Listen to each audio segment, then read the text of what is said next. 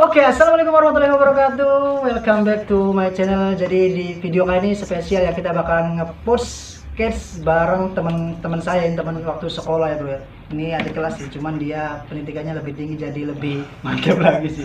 Ini di samping, di depan kita sudah ada Bang Jaya. Ini gue juga bingung manggilnya siapa, Kas Jaya apa Jaya? Terserah. Terserah. Terserah. Kalau di sana namanya panggilnya Bang J. Bang Jack. Biasa Jaya bisa biasa. Oke, Bang. Ya udah kita panggilnya Bang Jack aja ya, bro. Ini Bang Jack ini asalnya dari Desa Pranggo. Desa Pranggo sama Pranggo. Desa Pranggo sama kayak saya dari Indramayu. Satu desa. Cuman sekolahnya sekarang di mana, Bang? Oh, mesti di Jakarta Masih sih. di Masih Jakarta. ngerintis di Jakarta. Oke. Oh ya. Kalau nggak salah udah lulus S1 nih ya. Alhamdulillah ya, butuh perjuangan juga. Lulus S1 itu perjuangannya tidak mudah lah. Iya. Jatuh Iya. bangun nah. Sampai sekarang alhamdulillah doanya aja lagi meneruskan S2. Oke, alhamdulillah mantap. Itu S1-nya jurusan apa, Bang? S1 administrasi sektor publik. Mantap. Ke pemerintahan gitu, pengelolaan pemerintahan. Mantap sekali. Sekarang S2 ngambil sama juga? Ya, satu linear. Jadi untuk melanjutkan daripada kita ngambil jurusan yang lain, mending kita satu paket aja sekalian gitu. Jadi Oke. benar-benar fokus ilmunya ke situ. Satu jurusan Satu saja jurusan, ya. Mantap ya. sekali. Berarti sekarang pulang liburan gitu ya?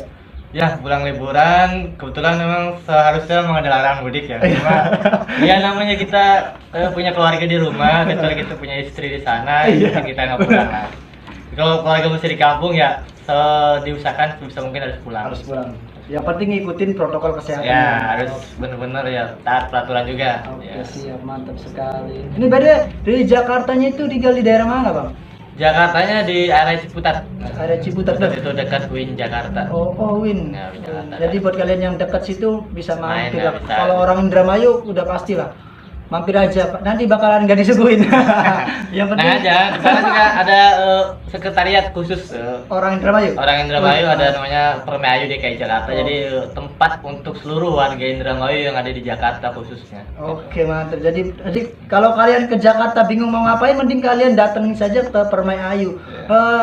Saya juga pernah ke Jogja ya. Jogja Ya. itu kalau nggak Kapmi. Kapmi Ya. Yogyakarta. Lama juga sih, nggak ya 2 bulan. Ya. Memang sih teman-teman, kalau dari orang Indramayu itu kalau udah keluar kota itu kalau ketemu orang Indramayu lagi udah Pasti klop. ya. Pasti klop, pasti. Dan bikin namanya organisasi. Organisasi. Untuk mewadahi. Mewadahi, mantap sekali.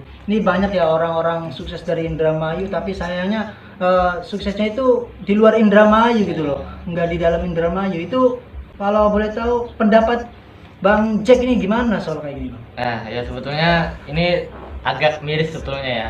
Ah. Kita lahir di tanah kelahiran tercinta Indramayu. Oke. Dan juga menempuh pendidikan dari SD sampai SMA di Indramayu.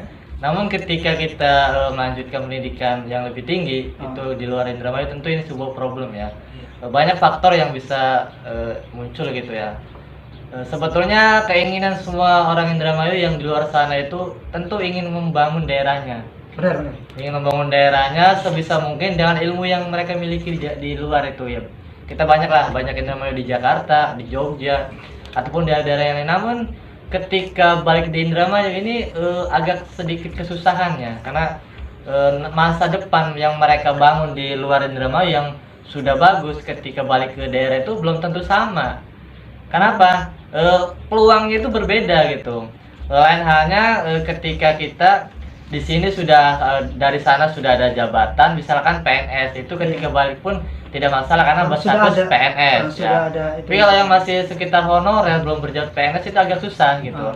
Ya terkecuali mungkin gini, permasalahannya adalah bagaimana peran pemerintah daerah terhadap orang-orang Indramayu yang berjuang menempuh pendidikan di luar ini. Ini harus jadi PR untuk pemerintah Indramayu ya. Oke, Karena banyak orang hebat di luar sana, orang Indramayu yang punya keinginan besar namun kurangnya partisipasi ya kurang dari didukung. ya kurang didukung dan support dari pemerintah Indramayu gitu. Oke. Ya kita nggak usah jauh-jauh lah.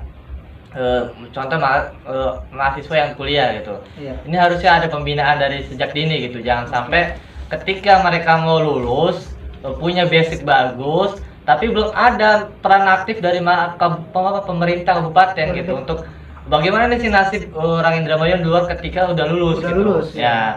Nah ini harus masuk seharusnya ke sana gitu. Jangan sampai mereka udah lulus, udah bekerja di sana, nyaman di sana dan tidak mau balik. Udah mau balik. Nah, seperti itu. Jadi harus ada peran dari pemerintah Kabupaten Indramayu. Ya nggak usah inilah, kita contoh ambil kecilnya. Misalkan ada namanya contoh ya siapa gitu, si A lah. Di sana sudah dia punya pengalaman organisasi bagus, punya relasi banyak. Nah, harusnya pemerintah ini masuk gitu, menghubungi atau bisa juga ketika mereka liburan dipanggil, berbicara ataupun berdiskusi bagaimana tentang pengelolaan. Nah, ketika di situ ada titik terang, oh ya si A ini punya potensi misalkan di bidang kepemudaan, oke lah masukinlah ke bagian mana di pemerintah Kabupaten Indramayu, karena ilmunya itu tentu sangat berharga gitu, bisa diterapkan di daerah gitu, apalagi jaringan-jaringan yang dimiliki ini loh, yang dulu pernah di Jakarta atau di lain bisa diterapkan di Indramayu. Karena banyak contoh senior yang di Jakarta itu banyak relasi, baik kan sampai bisa ketemu presiden, ketika balik di sini nggak jadi apa-apa, bahkan dari nol lagi, baru jadi ketika 2 tahun 3 tahun di sini. Wah, repot juga sih. Ya butuh proses. Nah ini kan harus permasalahan sebetulnya. Jadi ketika contoh lah, kita nggak usah di semester akhir lah ya. Ya itu harus masuk pemerintah tuh. Nah iya, semester akhir, sebelum semester akhir itu harusnya pemerintah memang masuk. Udah masuk. Nah, orang ini nih potensinya di mana nih? Oke, dia punya pengalaman organisasi bagus, misalkan konsentrasi di bidang ekonomi. Oke, masukin ke bagian mana gitu. Bisa di kecamatan kah, atau di Pemkab kah, atau mungkin jadi asisten, atau mungkin di desa juga nggak masalah. Yang penting ilmu mereka dapatkan itu bisa diterapkan di sini. Untuk membangun gitu. Kalau nggak ada seperti ini, jangan salahkan nanti orang-orang Indramayu yang di luar sana ini nggak mau pulang, nyaman di Jakarta ataupun daerah yang lainnya. Itu resiko, itu banyak sekali orang Indramayu yang sukses di sana tapi nggak bisa sukses gitu di Indramayu. Nah itu jadi PR seharusnya. Nah memang ya peran pemerintah juga penting untuk masalah ini ya. Oke. Nah untuk tata kelolanya ini, tata kelola pemerintahan ini jangan jauh-jauh lah, di desa saja, di desa sendiri, desa Pranggong tercinta ini. Ini bagaimana pandangan Bang Jack ini mengenai tata kelola pemerintahan di Pranggong ini? Tentu ya, kalau berbicara soal pemerintah ya emang agak sedikit nyambung lah dengan jurusannya. Mungkin saya sih karena lama di Jakarta ya, jadi secara spesifik setiap hari mungkin kurang ya. Tapi berdasarkan informasi-informasi di media sosial pun agak sedikit ya terus memantau dari sana gitu. Perkembangan tentu ya. Berbicara soal pemerintahan desa, berbicara soal tata kelola. Jangan sampai pemerintah desa ini dikelola hanya sebatas berjalan rutinitas seperti biasa gitu. Jadi nggak ada gebrakan-gebrakan baru gitu. Nggak ada inovasi. Nah, inovasi ini kalau budaya seperti ini terus biasakan, ini nggak bakal maju. Nggak bakal maju. Harus diam di tempat seperti itu. Ya, kalau ibarat balapan mungkin ya hanya sebatas ya udah penting ikut aja, nggak ada target untuk juara gitu. Nah, itu salah seperti itu ya.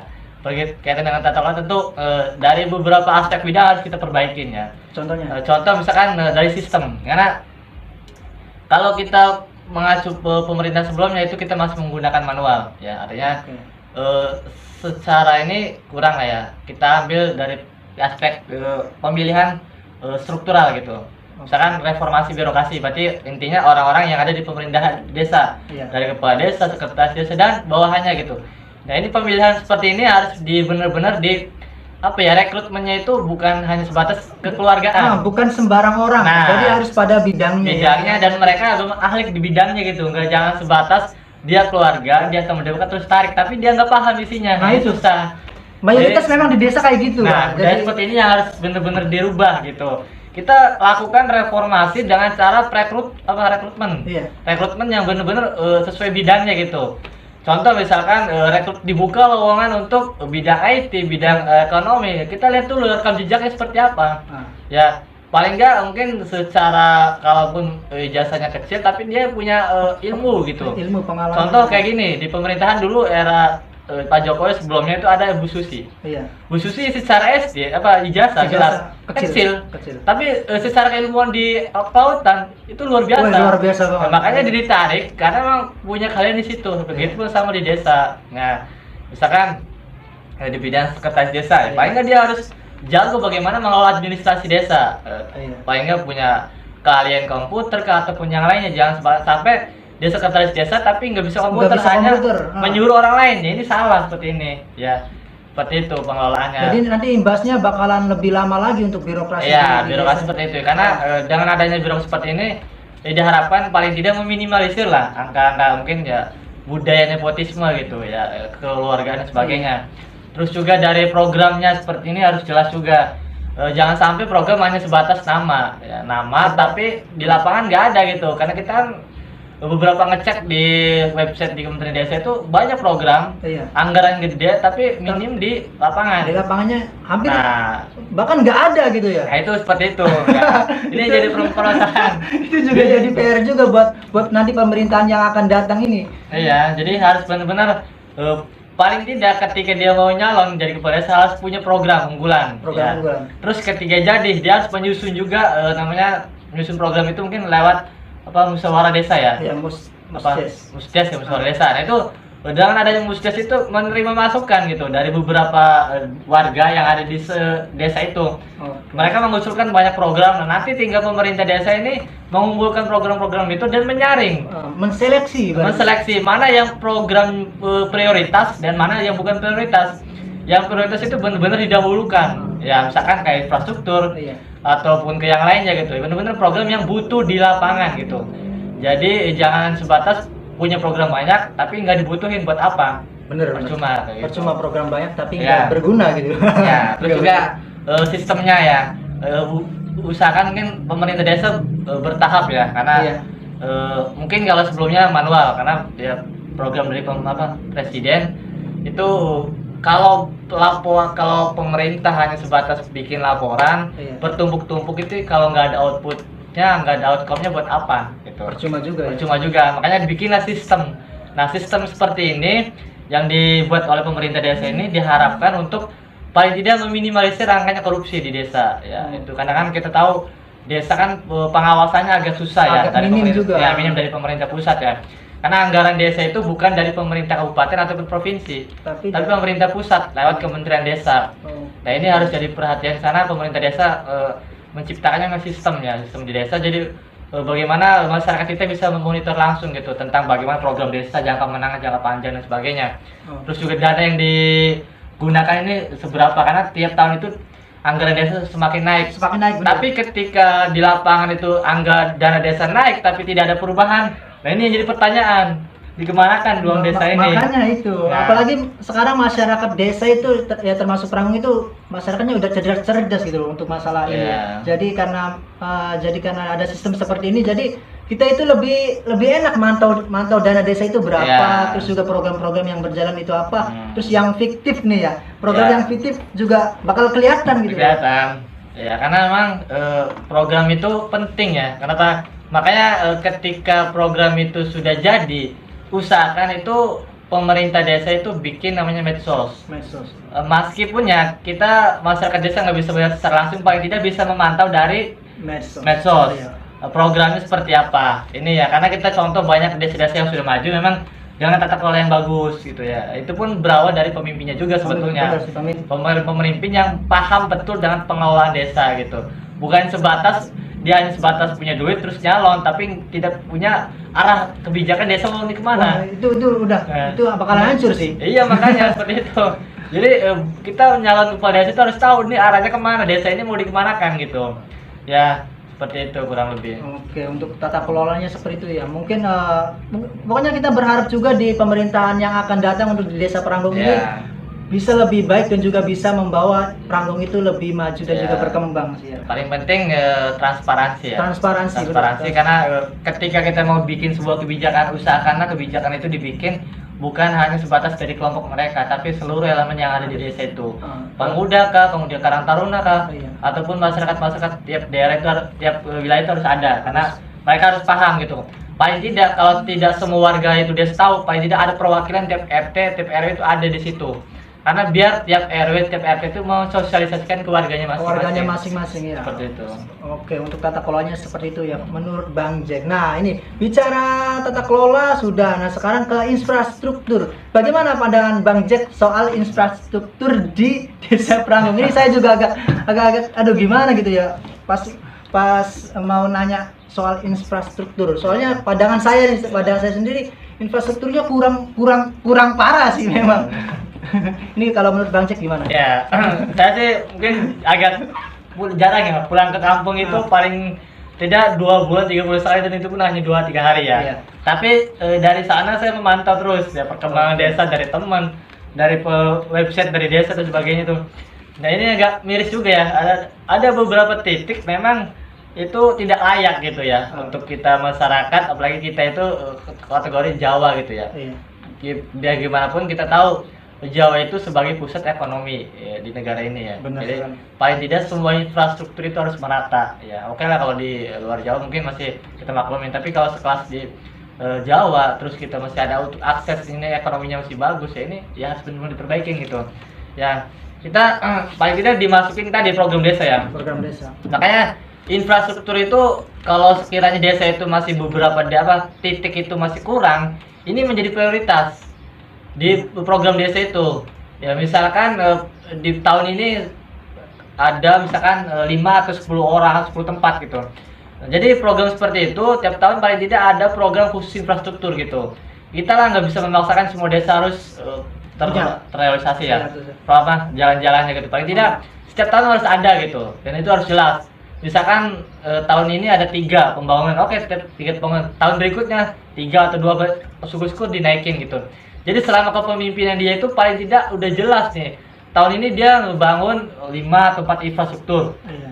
Tiap tahun berikutnya. Jadi ketika masyarakat menuntut, oh ya sudah direncanakan. Sudah gitu. ada, sudah ada buktinya gitu ya. Nah, hanya saja misalkan untuk RT ini di tahun ini, Iya. untuk RT ini di tahun ini, jadi nggak bisa langsung brek 1 tahun di situ. Nggak bisa karena menyesuaikan budget anggaran desa yang ada gitu. Iya, benar. Jadi harus bertahap gitu. Tapi tetap punya gambaran dari sekarang gitu. Punya rancangan untuk 5 tahun ke depan infrastruktur. Paling nggak misalkan 5 tahun ada 15 pembangunan. Oke. Tapi itu dibagi-bagi. Di tahun pertama berapa pembangunan. Oke. Tahun ketiga berapa pembangunan seperti itu. Ya. Karena itu juga dibutuhkannya transparansi. Ya, transparansi. Karena memang Indramayu ini sebetulnya sebelumnya masuk kategori wilayah untuk ibu kota ya. Iya. Makanya perlu adanya pembangunan infrastruktur yang baik ya. Kenapa? Infrastruktur itu adalah salah satu jalan untuk memperbaiki ekonomi. Karena benar. orang gimana mau mempercepat ekonomi ketika infrastrukturnya kurang gitu. Karena misalkan kayak di Sumatera, kenapa? Ataupun di Kalimantan karena ekonominya kurang masuk karena infrastrukturnya belum ada. Logistik masuk itu susah. Susah sekali. Nah, makanya ketika ekonomi mau cepat tumbuh, maka logistik juga harus cepat juga lewat infrastruktur juga kayak bandara, terminal dan sebagainya seperti itu. Iya. Ini juga kan sekarang lagi di pembangunan apa itu di belakang apa namanya? Jalur air gitu loh. Ya. Ini kalau pandangan saya 2 tahun atau 1 tahun ke depan ini Pranggung juga bakalan lebih nyaman lagi. Soalnya memang untuk pertanian ya, untuk pertanian ini infrastrukturnya bakalan terpenuhi kalau menurut saya sih. Ini bisa menjadi apa ya? Ya kabar gembira juga sih bagi petani. Saya juga ya alhamdulillah petani meskipun nggak terlalu paham juga masih ngerti lah soal hal itu. Oke, untuk infrastruktur sih begitu ya. Jadi pada intinya penuhin dulu yang memang penting gitu untuk desa, seperti ya jalan desa itu. By the way juga ini yang saya keluhkan ya selama ini tuh ya jalan utama gitu. Nggak tahu itu jalan desa ataupun jalan apa, yang penting aparat desanya ini ikut apa ya, menyampaikan kalau ini tuh harus gimana, jangan ini tuh jalan bukan jalan desa tapi jalan kecamatan ya, ini resikonya kecamatan gitu loh. Itu gimana pendapatnya Pak? Ya, kayak berkaitan dengan ini ya. Ini sebetulnya ada apa ya, zona teritorial ya. Iya. Jadi mana hak desa, mana Iya. kecamatan gitu. Nah, ini harus juga. Makanya saya bilang tadi kenapa harus rekrutmen itu sesuai bidangnya. Ini orang-orang ini harus benar-benar paham desa gitu ya. Jadi mana yang milik aset desa dan mana yang bukan. Ketika aset itu milik desa ya otomatis harus disosialisasikan apapun itu ya. Oh ya misalkan daerah ini zonanya zona kecamatan ya. Pemerintah pun jangan diem doang gitu, tapi harus mengundang seluruh stakeholder gitu. Jangan sampai ketika masyarakat sudah berteriak-teriak terus baru bergerak. Jangan. Ya. Jadi dari sekarang nih perwakilan di setiap daerah itu harus ada gitu. Dijelaskan, makanya di program itu harus jelas. Ini pembangunan ini daerah ini wilayahnya desa, oke kita bangun di tahun ini. Dan wilayah ini bukan zona kita. tapi zona kecamatan. Jadi kalaupun pembangunannya agak lelet ya mohon maaf, itu karena zonanya zona kecamatan, jadi kita nggak bisa maksain. Nah seperti itu. Jadi intinya keterbukaan. Jadi keterbukaan dalam konteks tidak harus uang ya atau anggaran gitu, tapi keterbukaan bagaimana informasi yang bisa kita terima gitu, menyampaikan kepada masyarakatnya gitu, intinya ya, itu komunikasi antara masyarakat dan juga aparat itu ya, penting betul sekali. Ya nggak usah kita masyarakat nggak usah datang langsung ke desa lah, paling nggak ada medsos lah, dijelasin ada satu tim khusus media fokus ke bagaimana menginformasikan seputar desa gitu. Ini ada jalan rusak di medsos bisa dijelaskan, oh ya ini program ini adalah kewenangan kecamatan, nggak masalah. Yang penting masyarakat tahu gitu. Yang penting intinya yang penting masyarakat itu tahu sih. Ya, karena emang kita tahu kan masyarakat biasa kan, mohon maaf ya, kualitas pendidikannya masih di bawah gitu. Ya, jadi ya mereka ngikut aja gitu. Yang mereka tahu karena itu wilayahnya desa Pranggong, ya udah berarti desa. Padahal tidak semua atau wilayah desa itu jadi wewenang desa gitu. Ada tertentu gitu menjadi wilayah kecamatan, misalkan kayak zona integrasi air itu ya, itu sebetulnya 50-50 ya antara pemerintah dan juga kecamatan desa. Karena apa? Fungsinya sama sebetulnya, terus juga kepentingannya bersama juga. Ya karena bicara soal air kan berbicara soal petani ya. Karena petani kan biar gimana pun Indramayu itu lumbung padi nasional terbesar di Indonesia ya. Jadi secara infrastruktur itu harus memadai gitu. Gimana caranya masyarakat ini jangan sampai kekurangan air untuk pertanian. Kalau bikinlah seperti itu. Kalau kita kekurangan air, tentu masyarakat ini kewalahan gitu. Kalau beli mungkin mahal ya. Nah itu tugas dari pemerintah, bagaimana menyediakan infrastruktur seperti itu. Misalkan dibuatlah bendungan atau apalah untuk bagaimana menampung air ketika masyarakat sawah kekeringan, bisa dialihkan ke sana gitu. Jadi sawah itu nggak mati gitu. Seperti itu. Oke, pada intinya untuk infrastruktur ini harus jelas juga. Jelas juga. Oke, dan untuk sumber daya manusia dan juga sumber daya alam di Desa Pranggong ini yang Bang Jet lihat soal sumber daya ini apa ini, Bang? Sumber daya itu kan kita dua, ada alam, ada manusia ya. Nah, kalau manusia mungkin kita masih menengah lah ya, artinya ada mungkin sebagian di kota itu sudah berpendidikan tinggi ya, tapi ada juga ya kita ya, kayak saya di kampung ini ya masih rendah gitu ya. Jadi tingginya SMA. Jadi tidak bisa semuanya disamakan, tapi penting juga ya untuk masyarakat berkaitan dengan SDM ini ya, karena maju tidaknya desa ini tergantung SDM-nya yang mengelola ya. Karena kalau mengelola tidak paham terus tidak tahu ilmunya ya mohon maaf, gimana desa itu maju gitu. Begitu aja sampai kapan karena juga. Harus butuh inovasi ya. Ya itu tadi berkaitan dengan SDM. Ya, pemerintah desa pun atau pemerintah kabupaten pun jangan tutup mata lah ya. Banyak orang-orang hebat kita di luar yang punya ilmu bagus tapi dibiarin. Padahal mereka juga pingin balik aslinya, pengen balik membangun desa ya. Cuman karena memang di desanya nggak menampung, jadi mereka tetap pilih di sana karena nyaman di sana ya. Itu makanya penting sekali pengelolaan desa. Oke lah, paling tidak nih, misalkan dari pemudaan aja lah ya. Misalkan pemuda yang stay di desa itu jangan dibiarkan. Di situ kan ada anggaran desa berkaitan dengan kepemudaan. Bikinlah sebuah pelatihan untuk pemuda-pemuda kita yang ada di desa agar lebih kompetitif, produktif ya. Taruhlah bikin pelatihan, nah misalkan pelatihan menjahit, pelatihan memasak, pelatihan apalagi apalah pokoknya pelatihannya sekiranya siap nanti ketika diterjunkan di lapangan itu mereka jago gitu ya. Iya, anggarannya gede. Kalau anggaran itu tidak dialokasikan dengan baik, ya mohon maaf, SDM kita masih segitu-segitu doang gitu. Nggak ada pelatihan. Oke lah kalau mereka yang sudah ingin kuliah di luar ya, itu mereka di luar konteks tanggung jawab desa ya. Tapi mereka yang masih di sini, masih nongkrong, atau ini tanggung jawab dari desa gitu. Jangan dibiarkan mereka nongkrong malam, pulang pagi, jangan. Ini tugas desa. Dari desa itu ada sebagian untuk pengelolaan pemuda. Nah itu dikelola dengan baik, bukannya sebatas kegiatan, tapi bagaimana mereka ini dilatih dengan ilmu-ilmu yang lain gitu, kayak menjahit ataupun apa itu mereka harus tahu gitu. Jadi ketika mereka diterjunkan, entah itu di pabrik kah ataukah berusaha dan sebagainya, mereka udah punya ilmunya gitu. Jangan dibiarin. Terus jangan menyalahkan pemuda itu tugasnya nongkrong atau berpolisi. Ya salah juga di pemerintah desanya. Kenapa nggak dibina gitu? Harusnya dibina. Misalkan nih wilayah DRT ini ada program pelatihan untuk membuat produksi apa misalkan jagung atau peti, apa. Nah, gitu. ketika mereka sudah tahu ilmunya, mereka itu buka usaha sendiri, bisa jualan sendiri. Jadi mereka itu paling tidak mengurangi angka pengangguran di desa. Ya, yang kita nggak usah menuntut mereka harus kerja gaji gede, kerja di luar atau enggak. Ya. Paling tidak mereka di sini itu punya usaha gitu untuk menumbuhkan perekonomian desa gitu. Seperti itu, karena ya berkaitan dengan wirausaha juga kita tahu Indonesia itu kekurangan wirausaha. Ya minimal negara maju itu 5% itu wirausaha, sedangkan Indonesia masih 0, berapa. Jadi masih kurang wirausahanya. Ya. Setahu saya juga di program-program desa yang kemarin itu ada sih, cuman hanya sekedar pas pelatihannya saja, tapi setelah itu nggak tahu nggak tahu hilang kemana. Ini juga kadang salah kaprah juga ya. Jadi pemerintah desa itu bukan sebatas menyediakan pelatihan, tapi bagaimana mereka ini mendampingi, ya. Jadi benar-benar bagaimana bukan sebatas tugas mereka ketika bikin pelatihan terus kelas, tidak. Mereka butuh didampingi. Misalkan dari segi modal, ya mereka juga harus dikasih, misalkan di situ kan ada misalkan program UMKM atau mana, mereka ini diajukan nih. Jadi mereka itu punya keahlian, kan tidak semua orang punya modal ya. Nah itu pemerintah desa harus masuk gitu. Bagaimana mereka ini kan carikanlah misalkan bantuan dari dinas ataupun apa.